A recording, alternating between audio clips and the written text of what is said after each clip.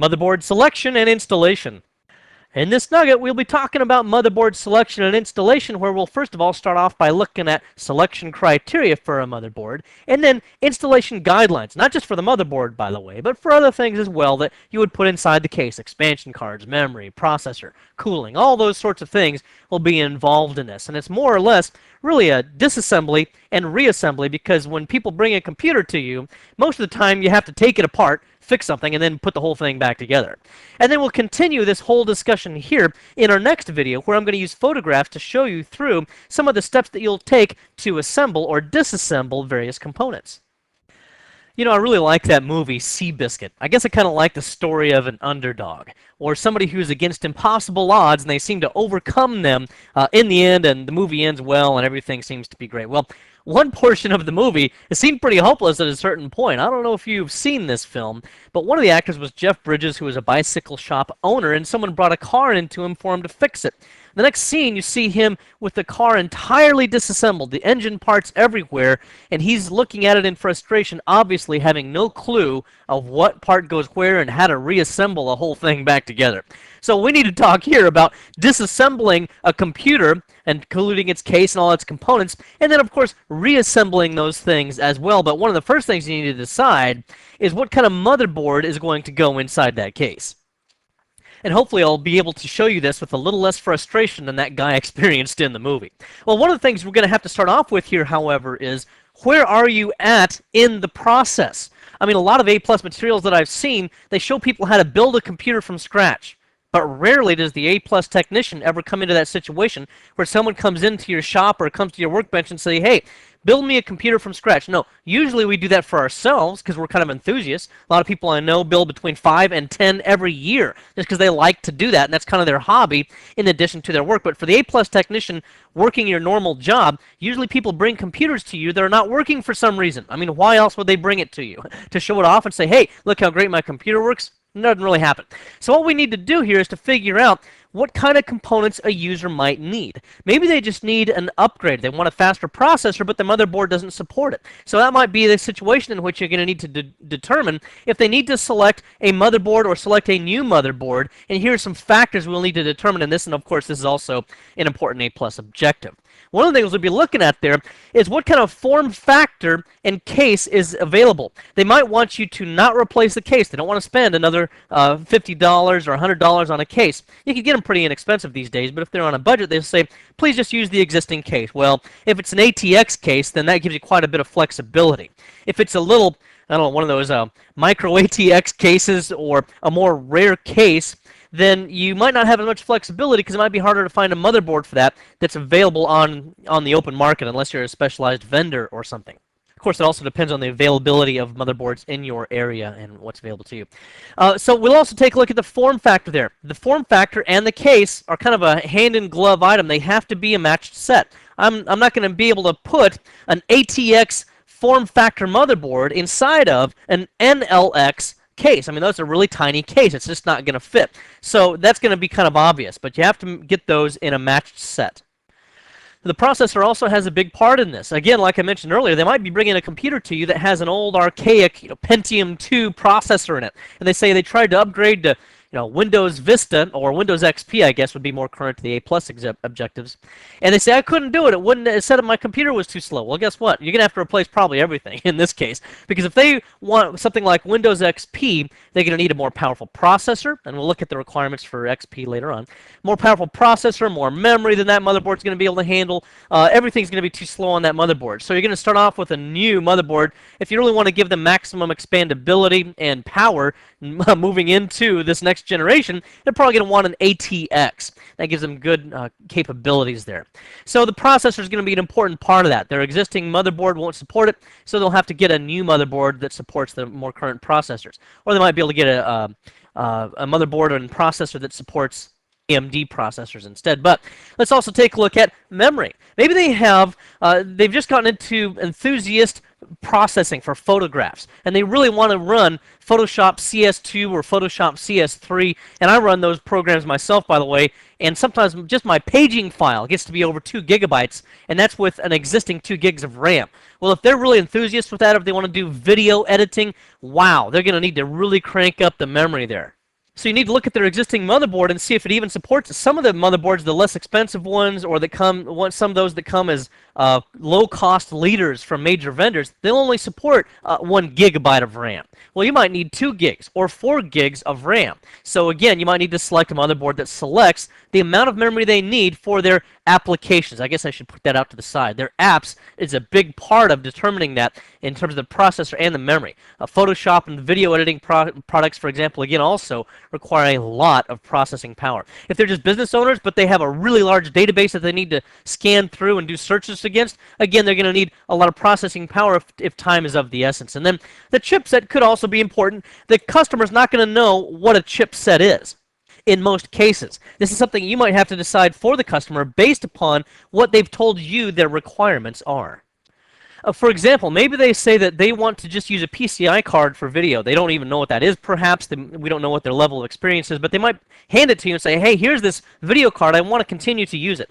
Hopefully they've got good ESD protection as they hand that card to you. But anyway, they might say they just want to use that old video card. Well, I didn't mention this in a previous video, but with video, although we emphasize AGP and PCI Express by 16, you can also use just a standard PCI video card. They're not going to be very fast or very sexy, but they do the job if people just have basic video requirements. Maybe they just do word processing and check their email, and that's all they really care about. Well, if that's the case, I don't need to get a chipset that has integrated video into it. You know, a lot of those motherboards nowadays will have integrated AGP video into it that's already pretty good. Well, if they don't really care about that, then I could just get an older chipset. Maybe I've got a used motherboard on my parts shelf that I could just let them have for really inexpensive if they don't have high demand needs. And of course, that requires that all these other requirements would fall into line as well. Let's also take a look at expansion slots. Hey, of course, if they have a high-end video card and they say, hey, I really have my son really likes high-end gaming, I'm trying to get him this new computer all hopped up for Christmas, then they might want to have PCI Express by 16 video, and you need to make sure that the motherboard supports that in terms of the expansion slots. Or if they're a small business owner and they say, we have a vendor that has that sells us a hard drive RAID array and we need really fast SCSI and it needs to be 64-bit SCSI, well, now you're probably going to need to get a high-end workstation or a server-level motherboard with a 64-bit PCI slot in it. And of course, I'm just giving you examples here. There's countless different combinations of requirements that could take place with these things. These are just the kinds of things that you would want to think about. How about hard drive controllers? Maybe they're just a typical consumer that, again, only checks does word processing, checks their email, uses the internet a little bit. Well, they might not need a RAID array that you would have in a business or for high-end gaming that is very disk-intensive or any of those kinds of enthusiast requirements. If that's the case, again, you might just have a spare parts motherboard that just uses basic IDE, and that's all they really care about. They'll be fine. On the other hand, if you got somebody that really wants a super sexy system that's going to be able to outperform their next-door neighbor who keeps bragging about how fast their computer is, then you'll probably want to get them on a consumer level serial ATA RAID, where you can probably put up to 4 hard drives together to aggregate their performance and also to provide some failover. So we'll talk about hard drives and all those things later on, but serial ATA is pretty much the way of the future for consumer level hard drives, and in many cases even server level, depending on where the standards are going. There's also embedded things inside of that motherboard. Do they really need some of those things or not, or do they have high-end requirements of their own? For example, we alluded earlier to the fact that a lot of motherboards include embedded AGP graphics. If they've already got that in the motherboard, then they don't need to buy a high-end AGP or PCI Express 16 video card. So do they want those things embedded? Do they say, hey, I want sound, video, I want networking, all of that kind of stuff, a modem, all that stuff embedded into the motherboard so I don't have to pay extra for those components later on?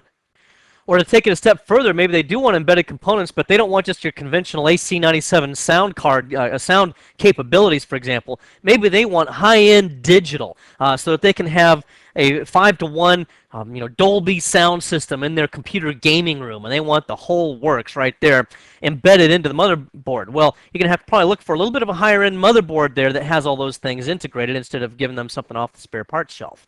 But above all, the main thing we're looking for here is, again, customer requirements, because we're not looking at how to build your computer, because we know that you're probably going to put everything you possibly can into that system. But we look for the customer's requirements, and a big part of that is always going to be the dollars that they spend end, they probably want to get by with the least amount they can that will actually meet their requirements. And if they're thinking towards the future, then they'll say, I also want a little bit of expandability just in case, or to at least future-proof the computer as much as possible. And that's somewhat of a judgment call that you have to work out with the computer, and you have to work out your communication abilities with that customer as well, because you don't want them to feel like they got, gypped or ripped off or talked into more expense than necessary. So if the customer does need something like an entirely new motherboard, you're pretty much going to have to disassemble that computer from the beginning to the end. Now, we're going to talk here about PC disassembly and reassembly. They're mostly the reverse of one another. But usually they bring to you a computer that's already all assembled, and it's up to you to take it apart and make a mess. So let's first of all see what we should do when we do that. One of the things I would recommend, especially if you're in a troubleshooting scenario, it might not be that they need new components or want a new component, but they might just not have the computer working properly. I like to record the CMOS. Now, I've read A+ materials and authors that have said you should carefully write down all the CMOS settings. What a load of hooey. Who's going to do that? That takes a huge amount of time, and it's really just not practical. What I like to do is, there's a couple things you can do. Some CMOSs will allow you to create a backup of the existing CMOS settings. I just back that up, and I usually date that in the name of the backup if it's possible that way. Another thing you can do is if you don't have a CMOS that's capable of doing that, sometimes there are utilities that will allow you to back up CMOS settings. You might want to search the internet for freeware or shareware that does that. And finally, if I don't have anything at all like that, I also just have a pocket-sized digital consumer-level camera. Now, I've got lots of really expensive cameras, thousands of dollars worth of professional equipment, because that's what I like to do. But do I need the heavy guns for this kind of stuff? No. I just put up on the screen the existing CMOS settings in the most important sections of the CMOS settings, and I just take a quick snapshot of it. I don't have to offload it to a computer and make printouts or anything like that. I just keep it in my camera for the time being while I'm working on this system, and then if I have to get back into the CMOS later on, I just look at what one of the settings was if I've changed things and I can't remember how it used to be. And then also, back up your data. Ooh, I could have made a better check mark there. Back up the data. And you might not back up data in every situation, but certainly when someone checks in a computer into your shop, especially if you're doing this for the general public, then what will often happen is they have to sign a form saying that they've released the computer to you to allow you to do certain things to check it out and to fix it, allowing you to open the case. And also, there may be a checkbox somewhere on there saying, please call me if repairs exceed $100. Much like if you have to get your automobile replaced or fixed, it's much the same way. One other thing I would put on there, though, relates to this backup item. You don't want a user to bring a computer into you, and then for you to realize the hard drive is bad, and you call the user and you say, hey, the hard drive looks like it's failing. We can still read stuff off of it, but it looks like it's going to go anytime. Do you want us to replace the hard drive? They will say, of course, yes. So you replace the hard drive, get rid of the old one, and then they say, hey, where's that spreadsheet that used to be on here? I've got a report that's due tomorrow, or I'm going to be in big trouble. Oops. Well, you discarded the old hard drive because they said that you could, right? So in advance, have them identify any important data on the computer that might need to be backed up. And you just kind of release yourself from liability there and have them identify what needs to be backed up as well. In fact, if you have the time and you're able to provide this kind of customer service, I might even burn it to a CD and then hand it to them right there in the store before they go away, if there's time for that, in order to fully relieve yourself of that kind of responsibility. If it's because of a failing hard drive and you might not be able to access the data or it might not be fully functional, then you might also make a notation on the check-in sheet that data may not be recoverable, so that they're aware of that. Then also check into the power and the electrostatic discharge. First of all, the power. Unplug the power supply because this is going to be something that will continue to supply a small charge to the motherboard on at most modern computers, and in fact you'll even see a small light on the motherboard for most systems. And this indicates that the motherboard is still receiving power, and it's useful for things like Wacom LAN and other things like this, where the computer can be turned on remotely using a network signal of some kind. It's actually called a magic packet, but we'll talk more about that type of thing when we discuss networking. And then, of course, anytime you're going to take the cover off, make sure you protect yourself against electrostatic discharge, which we covered in a previous nugget. And then as we talk about screws, and yes, I've got a few loose ones rattling around between my ears, you'll find that you also have some loose screws as you disassemble the computer case and all the expansion cards and take drives out and the like. You'll find you got a pile of screws there, and you say, now I'm not quite sure which ones went where. Well, as you get more experienced, you can pretty much eyeball it, and you get experience in knowing what size of a screw goes in which kind of a device or purpose. So you'll get that idea, but you don't want to mismatch the screws. For example, if I take a case screw, which normally has a hex head on it, and I try to insert that and drive it into the threads for a hard drive installation, I'm likely to strip those threads out because they're not the right size technically. And you'll get a feel for if you're cross-threading it or anything like that. And one reason why you don't want to cross-thread them, in addition to the fact that it's just an overall bad practice, is that it could also create metal shavings, because the shavings could come out of there and drop down into expansion slots and create contacts where there's not supposed to be, or onto motherboard components, and it creates all kinds of different problems. So we want to avoid that. Metal shavings can also occur as a result of over-tightening Phillips head, for example. And if you over-tighten and you really try to torque it down and the screw tip slips out of there, a lot of times little bits of metal come flying out as well, some that are even hard for the human eye to be able to detect, and it can cause problems in electrical components as well. Likewise, be careful with flathead screws. We don't see those very often inside of cases anymore because most manufacturers have realized that flathead is too easy for your screw to slip out of it and to jam into some other sensitive electrical component. So they don't use that very often, but if you do have flatheads, be very careful with the screwdriver slipping out of the head. Now, when it comes to the case, there's all different kinds of cases and the way they are disassembled. I don't think I can really tell you exactly how to disassemble all cases in every situation. Big common sense is going to be a big part of determining how that case comes apart. Remember, always try to start with the simplest possible solution. Some cases nowadays, and you'll see this if I got a tower case, for example, something like this, and this is the top, and this is the bottom of it.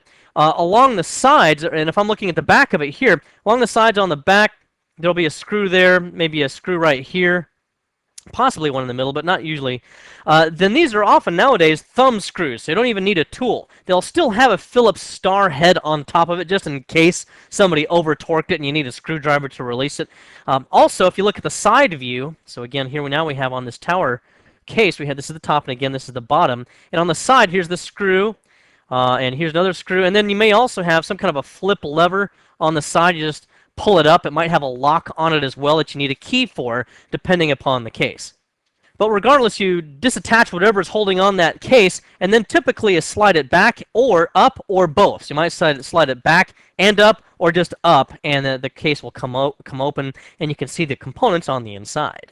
Or if it's a complicated case, it's more likely to be Pandora's box on the inside. But anyhow, you also have some other situations where you have screws around the outside. In older cases, these would be like hex screws, and there's usually going to be 4 of them, one here and here, and another one here and here as well. And you unscrew those, and then all 3 sides of this slip out. You just slip the whole thing back, and rather than having 4 walls, it has 3 walls, and the thing comes off that way.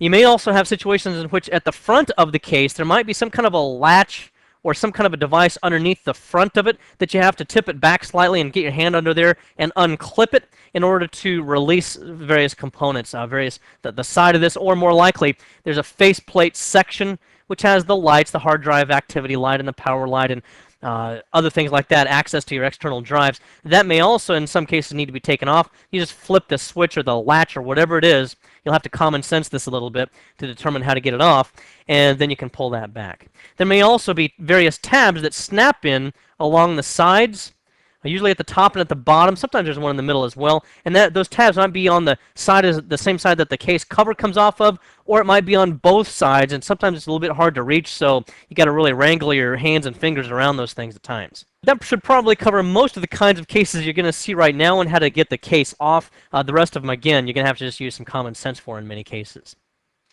You may also, again, run into proprietary types of connections. So if you have a cable that comes from a device that you've never seen before and it hooks onto a motherboard that you don't really recognize, never seen anything like that before, there might be a proprietary kind of a motherboard or case design or a proprietary kind of a device that's attached to it all. And you might see that in point-of-sale devices or manufacturing devices or any other kind of specialized product. Again, if you got a lot of those connections and you want to really make sure that you get that back to where it was, Again, you might just take a little handy little digital snapshot of it. Might even be able to use the camera on your phone if it's high resolution and clear enough. Or you could consider labeling those connections. Also be sure to look for pin 1 or a red stripe on certain connectors. No, this is not the red stripe Jamaican beer, my friends. This is something else. This is going to be the red stripe that appears on certain kinds of ribbon cables usually. And that will correspond to a location on a connector. For example, here I've drawn in just an example of maybe a floppy drive controller that's on the motherboard, integrated into the motherboard. And you know that it's got metal pins that appear all up through this. I'm not going to draw them all in, but one thing we need to identify is which one is pin 1, because we need to orient that properly with a ribbon cable for the floppy drive. And here's just a ribbon cable. I'll just kind of draw it out like this. And then you'll see that on one side of the ribbon cable, one of the ribbon wires is red in color, hopefully at least. Not all ribbon cables are like that, but they probably should be, so that you can easily identify which one is ribbon cable 1 or wire 1, which corresponds to pin 1 on the connector itself. So the red lines up with the triangle is what it's often going to be. Or it might just be the number 1 that appears on the motherboard. Or in the worst case scenario, sometimes they're not marked at all and you just have to guess. With a floppy drive, if you plug it in backwards so that the red was over on this side instead of next to pin 1, then usually what happens is the floppy drive continues to spin and the light stays on, but you can't really use it. It's not useful for anything. Just flip it back around and it should work properly. And you may see a similar arrangement, not just for floppy drives, but there may be other devices or proprietary devices that also have to follow this same kind of alignment. And then as you remove expansion cards, be careful how you handle those cards. Now, removal is quite simple. All you have to do is to unscrew the hex nut, or the hex screw, that's holding that retaining bracket to the case. Then just lift up on the card with even pressure all around, and it should come right out of its socket. Be careful as you do that there's not also a cable connected somewhere else. For example, if it's a sound card, it might have a sound cable connected to the CD-ROM and to the sound card, to make sure that those are disconnected so that you don't accidentally jerk something out that shouldn't be. And then as the card comes out, try not to touch any of the chips that are pressed into the card because you don't want to increase any risk of electrostatic discharge. Even if you're grounded, to me it's just a good practice as a habit not to touch those things anyway. Try to always handle it by the edges and the bracket, but also make sure that you do not handle the bottom portion of the card. You know what that is, where we have the gold contacts down there, and then there'll be a notch here where it fits into certain locations. Don't try to touch these metallic contacts down at the bottom, because the oils in your skin can cause corrosion over time. It's kind of rare that that would happen, but I try not to ever touch these anyway, just as a matter of good practice. And then also be sure that you do not stack these cards one on top of another if you're taking out several at a time. They should never be in contact with one another. Put them on your ESD mat. And you can also use those electrostatic discharge prevention bags, those metallic bags that we talked about in a previous nugget. And then just for your visual reference, I've just got the cover off of this computer here, and these are the screws, of course, that I'm talking about. And you just unscrew those, make sure that you don't slip out of the head there, so you get metal shavings down in slots. And then when you take something out, like this card right here, which is a PCI Express by 16 video card, you just lift it up, maybe put one thumb and forefinger here, maybe one thumb and forefinger over in this area somewhere, with as even a pressure as you can. You might need to rock it back and forth a little bit, but try to minimize that as much as you can. Now, one of the most confusing parts of this is going to be the motherboard connectors. Besides things like the IDE connectors or the serial ATA connectors and the like, there are these other connectors known as panel connectors, and they can be pretty tough to work with. Why? Because the documentation is often very terrible. Most of the people that bring a computer into you don't have their manufacturer's manual anymore, so you might have to go online to see if you can download a schematic of the motherboard so you can identify what the purpose is of some of the various connectors and pins and jumpers and so forth. But probably one that's very often poorly documented is the panel connectors, especially on older PCs. Let me show what I'm talking about here. The panel section is what's going to identify the pin out there for things like your speakers, your internal PC speaker that makes the beeping noise when it starts up, the reset switch so that you'll hit the reset switch on the outside of the computer it reboots, the power switch, the LED that identifies whenever a hard drive is spinning. All those kinds of things then usually connect to something on the front of the case.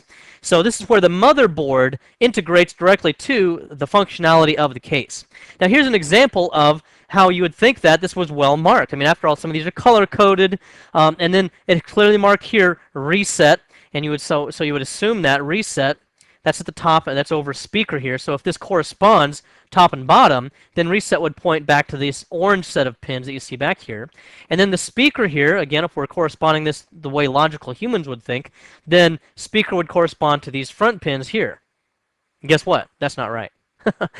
This is an example of where the documentation is just poor that's directly on the motherboard, and I don't know if this was a human error or whatever it was, but that's exactly backwards. The way that actually is, oops, let me go back to what I had here. The way that actually is that the reset pins are here, and the speaker pins are back here, these orange sets. Now, those of you that are more experienced, you might be able to figure that out as well anyway, because there's 3 orange pin sets back here. Speakers usually have a connector that has room for 3 pins there, and then the reset is always just 2 pins. So by looking at that, I can tell it this way as well, but on the motherboard, it's not well documented. On the paper manual for this motherboard, it does identify the correct way, but this is just the kind of stuff you have to look out for.